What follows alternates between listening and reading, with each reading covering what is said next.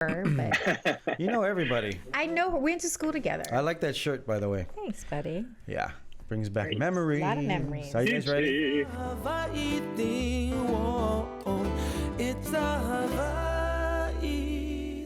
Welcome to It's a Hawaii Thing. I'm Lanai, and that's Brooke Lee. Mahalo for joining us today. We got a very special guest. He's a friend of yours. Yes, he is. And he will be a friend of mine. To say. Right after we do this. Yes. He's got all kinds of cool stuff that he's been doing.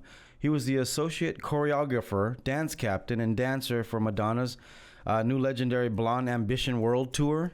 So I think, was he in the movie Madonna too? Oh, yeah. Truth or Dare? Oh, we have to talk to him about that. Yes, he was. He's been in a bunch of videos. He did Vogue. He worked with Gloria Estefan, Prince. He was the choreographer and dancer for Michael Jackson. Oh, yes. The guy's resume is deep. Ladies and gentlemen, Kevin Stea. How you doing, Kevin? Hi. Nice to see you. Thanks for having me. No, thanks for being here. The good thing about him is he was Hapa on the mainland anyway. He was Hapa before Hapa was a thing on the mainland. Where, I mean, here locally we all get it. But on the mainland, he was sort of this odd flower that people were just like, what is that? Odd flowers make good creative people. Yeah. So he was shaking. People were shook. They were shook before shook was a shooking thing. So. That's so cool. I was so happy when I finally got to Hawaii and started seeing people around that looked like me. I was like, it's my country. Where are you originally from? I was born in Hollywood and grew up kind of all over, but have lived in Los Angeles for the past 30 years. And you dancing your whole life? When did you start dancing? No, actually, I started dancing when I went to USC as my sort of gym requirement. I had been in shows in Singapore because the school made you participate in arts programs. And I was interested, but didn't actually take a class until I got to USC. Wow. And then look what happened. So wait, you didn't. And then what happened? But did you know that you could dance? You went to the club or something, right? No. I mean, I'm obsessive and competitive, and those are probably two qualities that got me involved. Okay. I'd be out at the club watching people dance, and I wanted to learn it, and I'm a rote learner, so I watch and learn and watch and learn. So picking up dance wasn't difficult. But you didn't go to a class. You didn't. Like a dance class. Well, I did once I got to USC. That's when I started taking technical dance, like ballet and jazz and the real technical stuff. I see. But I had done gymnastics when I was little, and so I already had the stretch and the facility in the center. Yeah, because I asked him with Bailey, because when Bailey was born, she was out the box a star. But I had asked him early on, I was like, do I put her in little baby dance classes? Put her in gymnastics first. Once she learns how to tumble and do all that, the dance can come later. And I was like, oh, okay, that's a pretty good plan. Yeah, I took gymnastics first too. I can't dance for nothing though, but it was for karate. Oh, right. Yeah, so I guess it makes your body move, right? So can you still do gymnastics? Backhand, just a back handspring, That's a good question. In my head, I can, but it's been so long, I'm not completely positive. I bet I could whip out a round hop back handspring if I really put my mind to it, but I'd have to stretch a lot first. All right, I want to give you this, and I want only positive answers. Give us something that Michael Jackson did that you thought was funny or was like, oh, that's cool. Played pranks on people. Did he? He was a prankster. Yes, a lot. He loved playing jokes on people, and so we would play jokes on him back. But yeah, there was a very funny pie fight at the end of Black or White. That it was just, he was all excited and waiting. He had all these pies lined up to as though it's catering, right? Who's gonna bring pies at catering? And he was just all eager and wide-eyed, and then just started throwing pies at Macaulay and Wade and everybody. Oh, that's cool. That's good to know. Yeah. I guess he was always a kid at heart, right? So he's always playing jokes. Yeah. Somebody else told me he was a prankster too. But they never knew what he just read it, I guess, but didn't actually get to be a part of it. Kevin, the great thing about Kevin is he's been on not a fly on the wall, but he's been in those arenas in a normalcy, not a heightened awareness, just when people were just being people. Themselves, yeah. Yeah, so that's what's so interesting because he doesn't see them the way the world sees them. All right, something with Prince. Something with Prince. Yeah. He invited me to his club in the middle of the night randomly at one point, and I arrived. It was at Glam Slam downtown LA, and I arrived, and it was just me and Omar Lopez, who was the lead guy in the Janet Jackson If video. It was just us two, his bodyguards, him, a catering table, and then 9 or 10 super hot girls, Moon Bloodgood included. She was one of them. And she was the only one that I knew because she was a dancer then. And so I gravitated to that table and I was like, what am I doing here? Oh, that's cool. I think I was meant to entertain the other girls while he hopped table to table. Got it. Oh, well, I'm entertaining them. I met Prince at Glam Slam. Crazy. Yeah. And my cousin Baron used to do security for him at Glam Slam. How cool is that? Okay. But wait, I want to talk more about this story in just a minute. Don't go anywhere. We got to take a quick break. We'll be right back with It's a Hawaii Thing. Bringing you what matters. Viewers can receive the Star Advertiser digital full access subscription for just $9.95 per month. Go to staradvertiser.com and click on subscribe. Use the code AHI THING. HEC Medical Clinic. Dr. Aries Oda, Hawaii's #1 laser weight loss center for weight loss, reverse diabetes, and heart disease. Call today for your limited time special, only $37. Lose 1 to 2 inches instantly. Welcome back to It's a Hawaii Thing. We're talking story with Kevin. Is it stay or sty? Stay. Is it stay? It's stay, unless you're in Italy, in which it's stea. Stea. That sounds cool too. Stea. Kevin, we're talking about Prince, and you met him at. Was that the first time you met him? Was it at Glam's his club? It wasn't at his club that I met him. I danced for him for about 2.5 years. I did Erotic City with him and Ulysses, but it was and a couple videos like. Control. Can I say that? Yeah. But we hardly ever saw him. He would come in and sort of whisk through, or he had a room with a one-way mirror up on the side, and it had like a purple light in it, and it would come on, and he'd be looking at us and give us notes and things, but we would never know until afterwards. We just get notes of like, hit that harder, and you hear the sound on the. Oh. Wow. Yeah. That's just like him. Totes. Yeah. Totally just like him. Yeah. Madonna, something cool. Wow, we wouldn't know. Oh gosh! After all these years, don't you think you know everything about Madonna? She's such a shy wallflower. She's really not out there. She doesn't share anything at all. She doesn't. I was watching her Instagram a couple weeks ago. She was like in Hollywood not vandalizing, but putting up those posters. Right. That was hilarious because she was really scared that the police were coming, and she had people looking out for her with the roller putting up those posters. Yeah, that's all for TV. Of course. Okay. But it was cool to see. Yeah. She's trying to be like us. You got something? Only that I would say she worked very hard at being sort of normal and doing normal things like driving her own car or jogging in the street by herself, like, doing her workouts or, I don't know that she does that anymore, but at the time she worked really hard at staying sort of, I guess, grounded on that level. And I think that was very commendable because a lot of people believe their own legend and then they just disappear into their own stardom. Yeah. Brooke Lee. Yeah. So that's amazing. So who was the first celebrity that you worked for or did choreography for? Such a hard word for me. I know. Buddy. The first artist I worked for on a professional level was Debbie Gibson. Oh my gosh, we love Debbie Gibson. We were just talking about her with she's Glenn got a big Medeiros. following. She's got a big following here because of Glenn Medeiros, actually. I think we're alone now. Is that her song? No, that's the other one. That was that Tiffany. That's the other girl that could beat up Debbie and everyone else. Oh my gosh, I got them all mixed up. Yeah, she was that's Tiff. Yeah. See how much I love her. Girl. No, because when I started my radio career, that was the music. No, Debbie was the sweet girl next door one. Tiffany was the one that would cut you in a bathroom. Do you still keep in touch with Debbie? Actually, we message every now and then. I want to go see her Vegas show coming up. That's right. I think August, September, October, with Joey in Vegas. I'm gonna go check it out. We should go. You know what? We need to delve into because I've never had the guts to ask him, but now that we're on TV, I can and put him on the spot.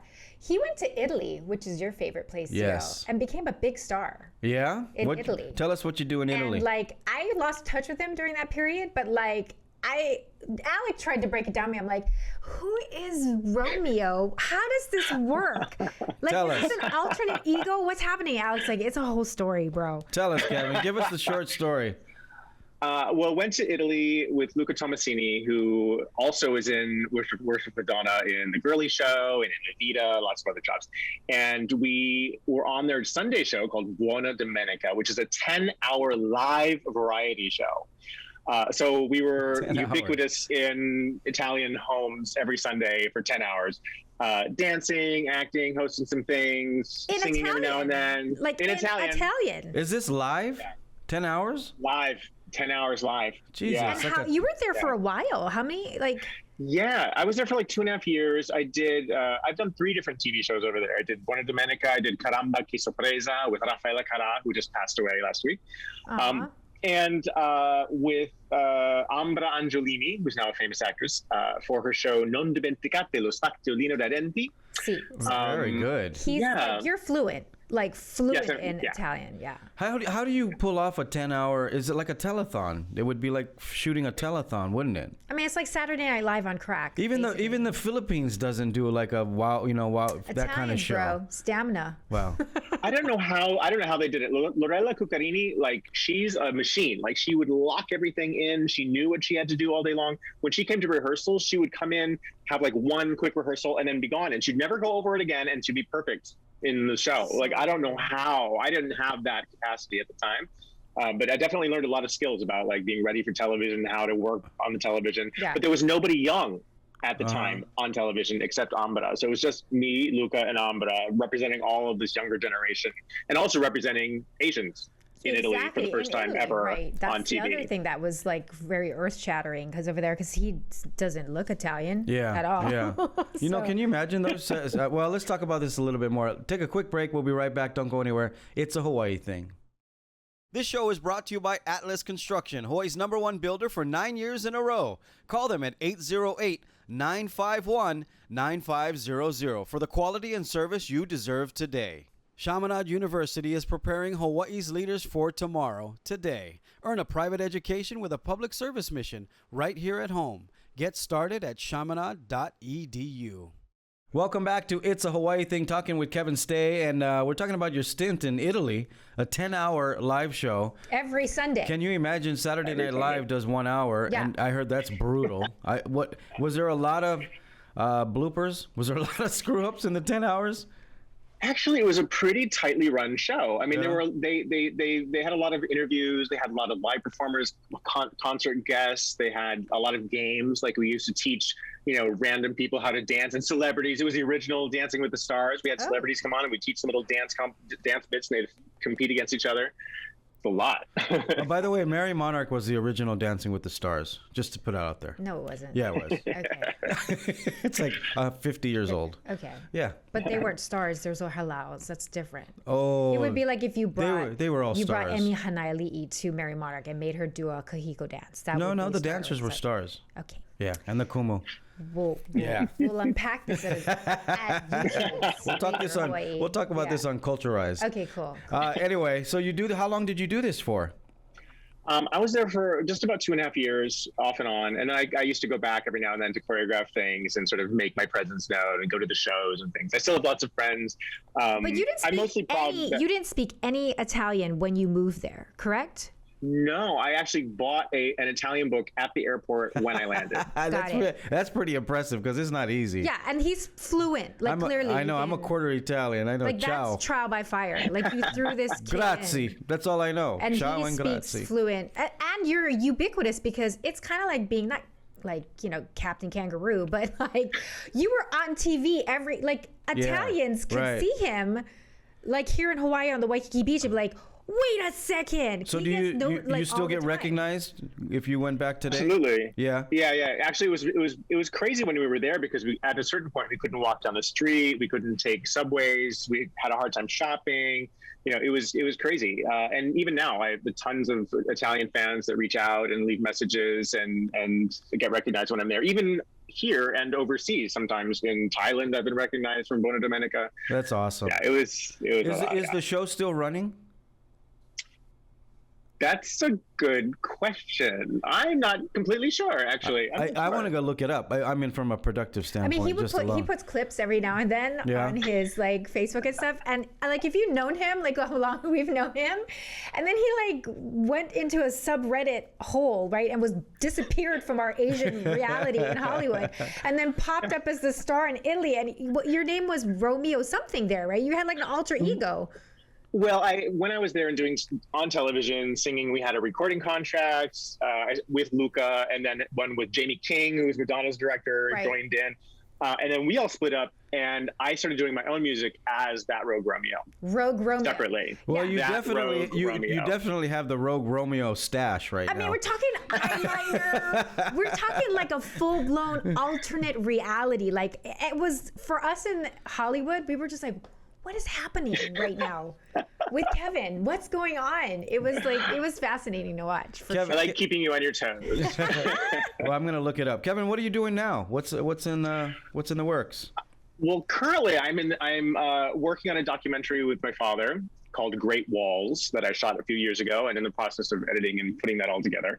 And I am creative director for Perry Farrell for his Kind Heaven Orchestra project. Wow. Nice. That's awesome. So I sing backup with him. I get to tour and be a rock star for a minute.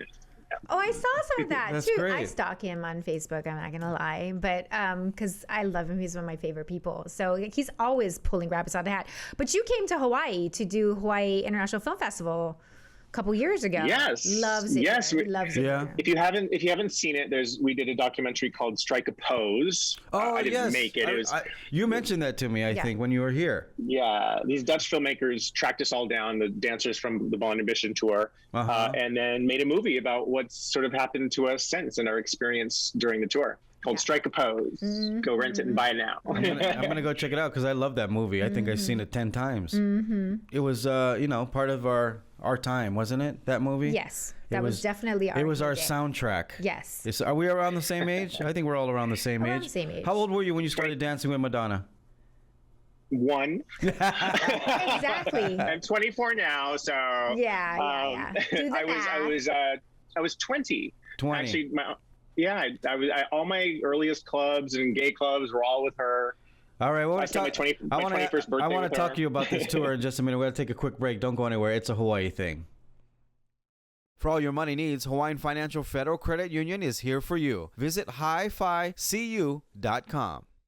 Welcome back to It's a Hawaii Thing. Kevin Stea hanging out with us. We're talking about Madonna, that whole tour. What was that like, that whole time in your life? That must have been a hurricane. I would say it was sort of defining. I thought that was normal. I thought that was the norm, and that's what I should expect for the rest of my life. Yeah. It didn't really occur to me till years later how special all of it was. It was very. I was questioning my sexuality. I wasn't sure where I was at the point, so it was eye-opening to see this entire world of the LGBTQ community that was just so diverse and racially, sexually diverse, all of it.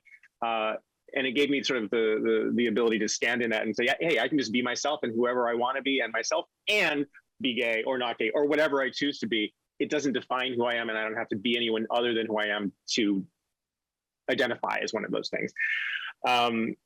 It gave me certainly a level of professionalism that I've carried on to this day, and inspired me to be outspoken and be courageous in my art and work and life. Good for you. Because he truthed and he dared. Yeah. On film. I'm more a truth guy than a dare guy. Because, Yeah. But like, I get embarrassed. like when you watch Truth or Dare, the movie, I mean, you were such a baby then, though. I know. I want to watch it. I'm going to watch it tonight now. Sweet baby face, but he was literally like in all the black and white shots. It was like, Madonna's in the middle of the bed with the feather boas and like whatever's going on, and there's sweet little Kevin's like sweet little cherub face, and you're just like, he's gonna get ruined on that tour. Everything shocked me. Like everything I saw was like constantly shocking me. Like just her saying all the time. Right. Bleep that out if you need to. We'll bleep it. Just her saying that all the time always had me, as you can see in the movie, clutching covering my pearls. mouth in shock. You were like, no one in my life.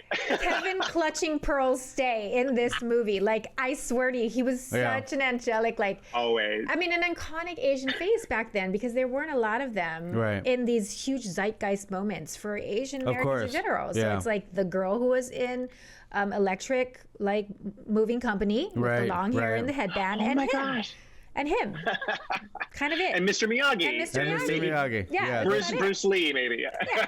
That is so cool. How long did this go on for you? I mean, obviously the movie came out and you guys were on tour, but how long did it go on for you? Goodness. I mean, the tour, the whole process of working with her was only like 9 months. And then the movie afterwards, all that.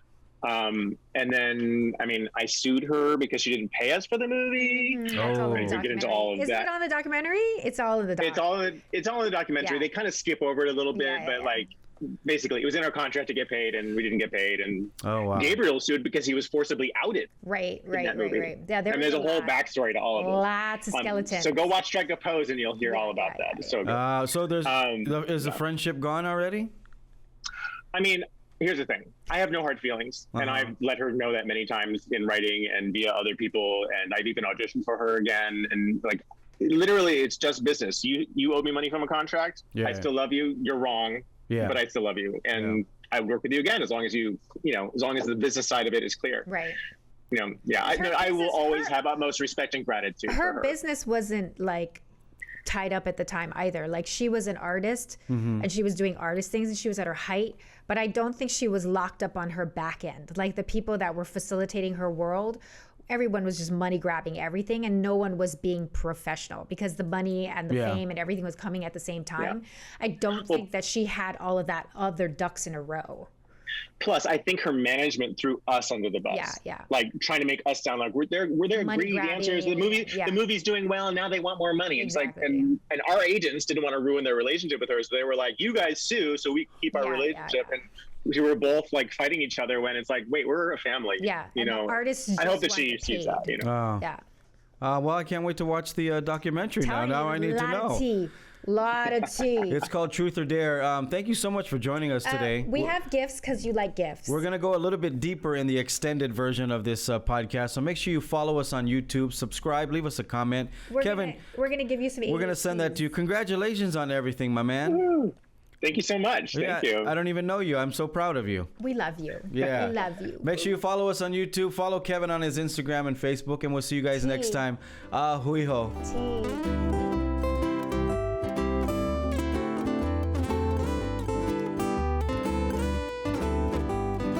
Welcome to the extended version on YouTube. You got Lanai and Brooke Lee. We got Kevin Stea. Everything is extended with Kevin Stea. And I want to dig a little bit deeper into this documentary. Whose idea was it to make the documentary for the behind the scenes, and how difficult is that to get clearance?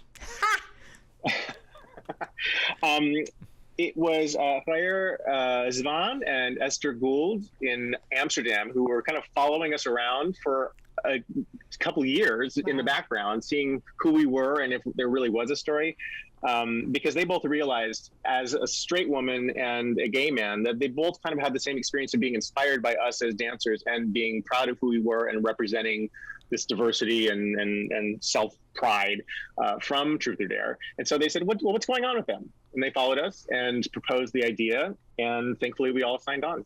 Oh, that's great. And it was the first time for some of you guys to get back together, right? Like, some of you guys had kind of lost touch. Oh, yeah. I think we kind of split into the New York and LA camps. Yeah. So, like, Jose, Louis, and Salim stayed in New York, and then Carlton and Louis and I, Louis came to LA. And then Oliver went to Vegas, and we all kind of split up. And I didn't see Jose from the end of from the movie release all the way until that reunion. And was everybody there's a reunion. Yeah, giving it away. Was everybody on the same page with this when this all happened? On the same page with, like, everybody who didn't get paid? Oh, well, here's the thing, is that it was, agents were new back then for dancers. And so 4 of us that were in LA had the same agent and the same contracts, and it was spelled out in our contracts. But I don't think them in New York even had contracts. They may not even have had contracts at all, literally. Wow. So I think she probably just said, here's money for weekly money, and that's it. But our agent was literally like, if you do a commercial, if you have a video, it was all lined up. Right.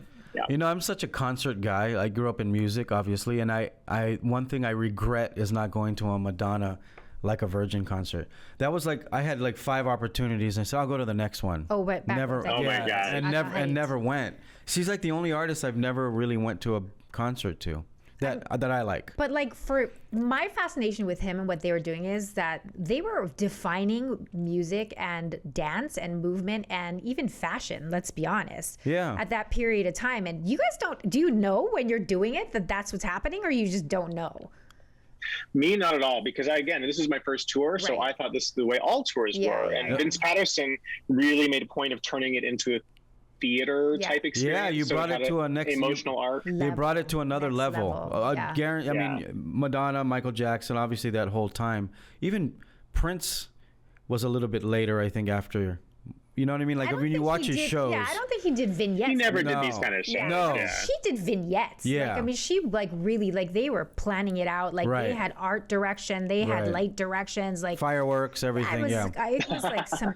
I remember watching MTV every time you guys came out. If you guys did like if they did like a Virgin or Vogue, one time it looks like an industrial thing. The next time they're like doing Les Miserables. The next time, like it was like a constant reinventation of what they're doing, and you're just like, where is this coming from? And I think that's what changed, like for our generation, what made music more special or part of your soundtrack. Because like this new next generation, everything's on a phone, right? We had these experiences that you guys created. Now it's a TikTok 30-second, 10-second thing. It's not the same. Right. They'll never understand or get what we had in our generation with the music. To me. Now you sound old. Well, it's knowledge. I think it's the same for us on stage, because when we're touring, there's no email, there's no phones, there was no way to connect with other people. It was just us, this little bubble of entertainers supporting each other and traveling together and experiencing everything together, just us. And how much and how much tougher is that to do without social media and everything? That's how you know you're big, when you can do it without social media and everything else. Really, right? I mean, it was helpful because we never got to we were gone by the time sort of the fever hit the city, because we would do the show and then we'd leave. Yeah. And so by the time the press and the show and everyone's going crazy about the show, we didn't even really hear it because we were already gone. Right. Yeah. And Truth or Dare was the first time someone had done a behind the scenes look at. Right? I mean, I don't think that had been a thing before. I can't think of anything else that has been like that. That took you behind and peek behind the curtain in the pop culture anyway. Yeah. You didn't know how the sausage was made until you saw Truth or Dare, and then you saw. It was not the first. It wasn't the first, and there was also the MTV rockumentaries rolling around on TV, but nobody gave that kind of access like she did. Yeah. So show her without makeup and cleaning the hotel room and all of the cattiness and the fun and the highs and the lows, all access. Thank you, Alex Kashishin. You're fucking genius. Alex really set a defining moment, but he also turned a bunch of you guys into caricatured. I mean, people thought when they watched that those dancers were those people. Like, that's who you guys were. Like, she had a crush on that young boy, and that was probably some sort of a love triangle that played out. Like, he set it all up in the movie. And then for those of us who don't understand smoke and mirrors, they're like, that's the Bible. Like, that's really how the world was at that time. Well, most of it really was just like our home videos, honestly. There wasn't a lot that was exaggerated, or, where the exaggeration would come from would be from Jose and Louis and Salim and us, from being on camera, where we're like, oh, the camera's on, let's exaggerate. Got it. But I think the reason why you see me being quiet and demure all the time is because I didn't ham it up for the camera.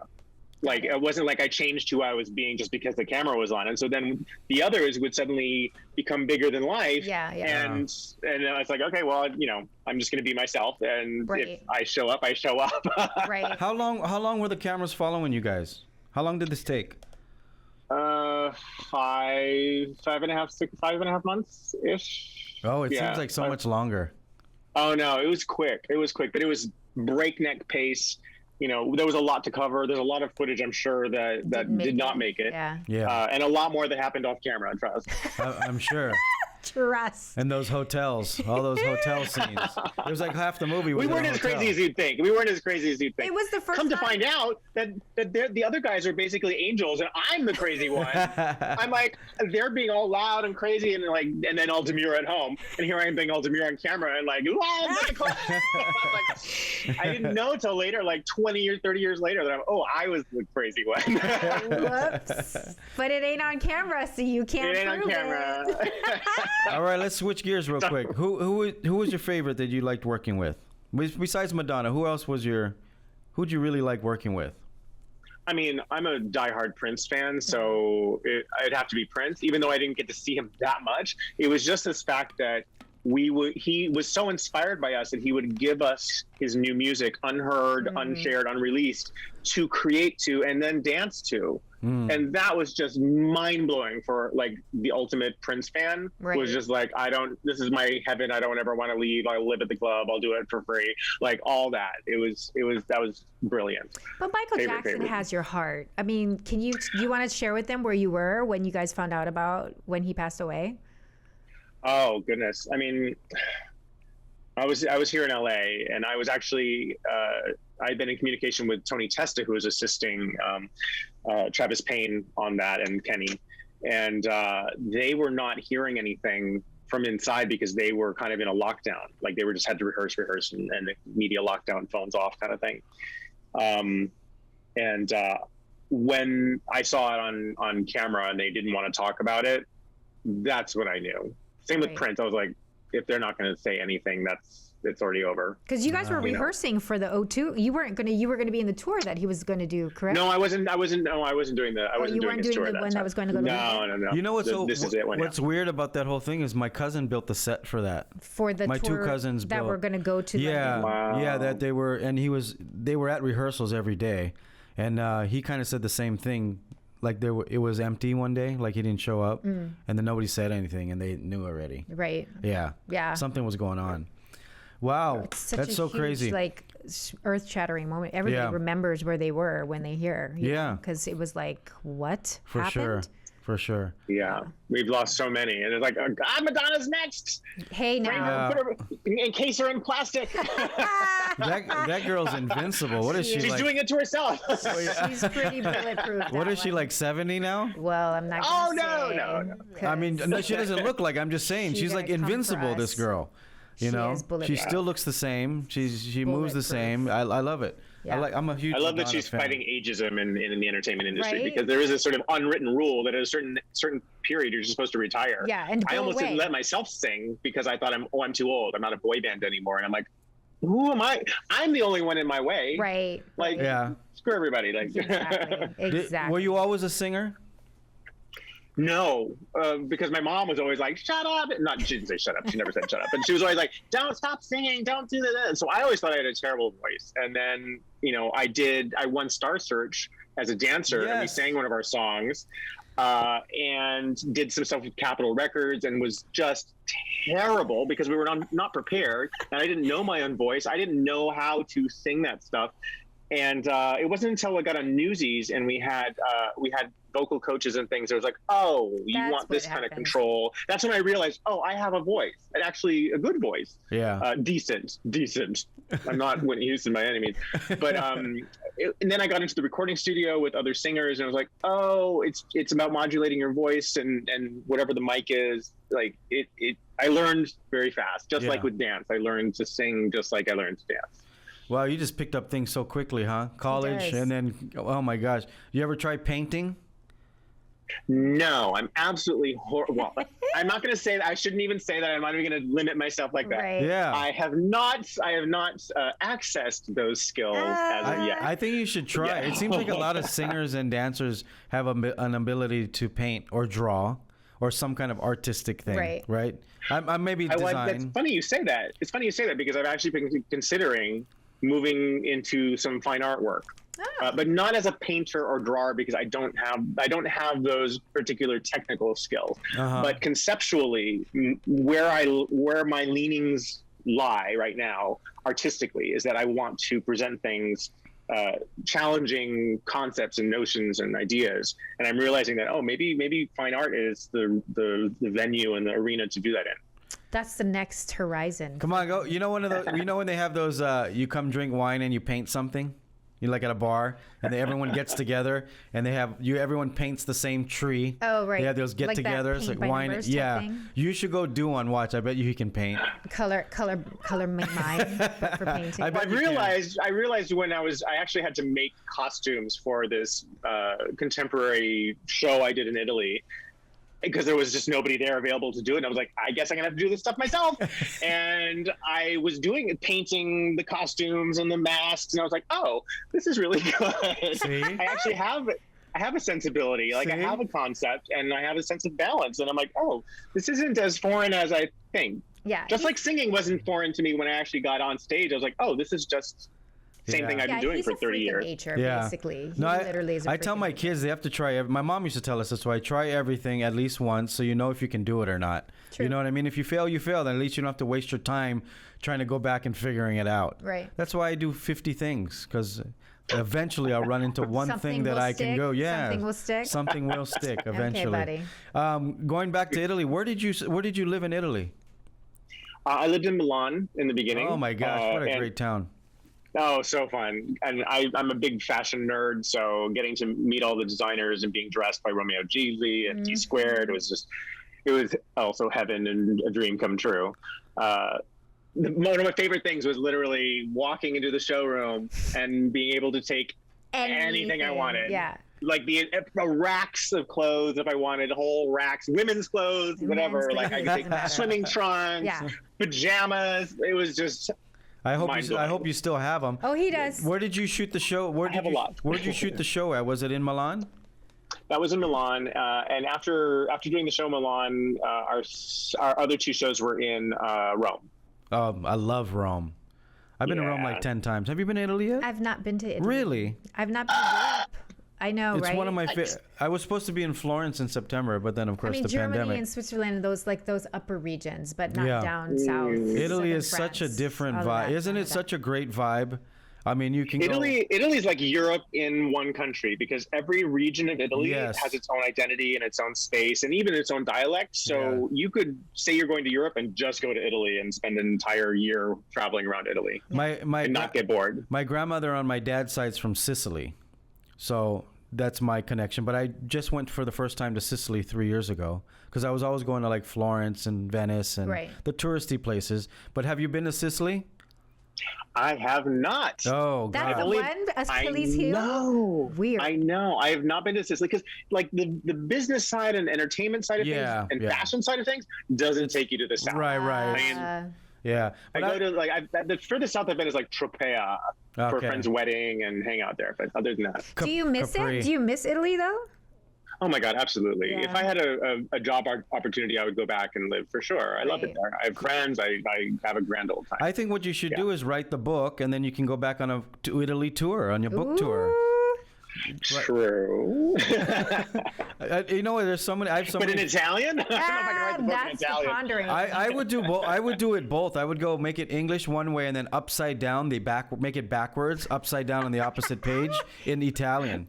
Because you can easily transcribe it now, and you can go to Amazon and publish your own book today. You know what I mean? It's not that difficult.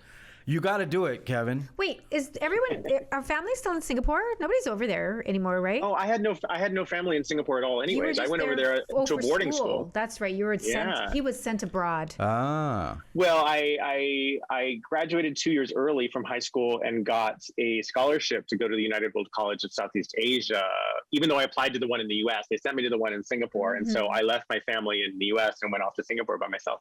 Because I saw him do you guys did a reunion there in Singapore. Yes. It was so crazy. There's all these expats in Singapore. Nice. And it was kind of crazy that these kids were all over there in this, little town wreaking havoc. The ambulance or the fire truck sounds like it's in your yard. Tell us about the Perry Farrell project that you're working on. Well, we were touring until all this happened.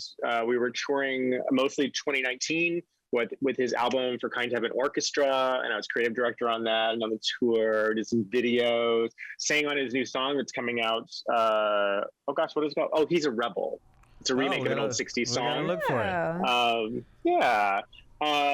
We are doing, I don't even know if I can say, we're doing some shows coming up, but I don't know if they're announced or if I can even say where they are. So I shouldn't say that. Get in trouble. But yeah, there's more shows on the horizon because he's just released a retrospective of all of his solo work and side projects like Porno for Pyros and Satellite Party. And he's an absolute legend. I learned so much from him. Dance is all about perfection of what the plan is, you execute steps, right? Yeah, and then you add your art and heart to it. And he leads with the art and heart, and the structure comes after. He doesn't know what's happening. Every night is totally different, and that's that's amazing to me. I don't have that kind of jazz sensibility where it's just like, come from here and let it go. Right. Like that's like improv dancing, which I do, but like to be able to go on stage and even change up the set, like while you're on stage, sometimes he throws songs we've never done before.